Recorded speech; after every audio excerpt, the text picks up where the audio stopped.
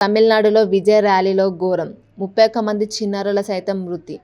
తమిళనాడు కరూర్ జిల్లాలో విజయ్ నిర్వహించిన రాజకీయ ర్యాలీలో తీవ్ర విషాదం చోటు చేసుకుంది. ఈ సంఘటనలో కనీసం 31 మంది చనిపోయారు. వీరిలో పలువురు చిన్నపిల్లలు కూడా ఉన్నారని ఆరోగ్య శాఖ అధికారులు తెలిపారు.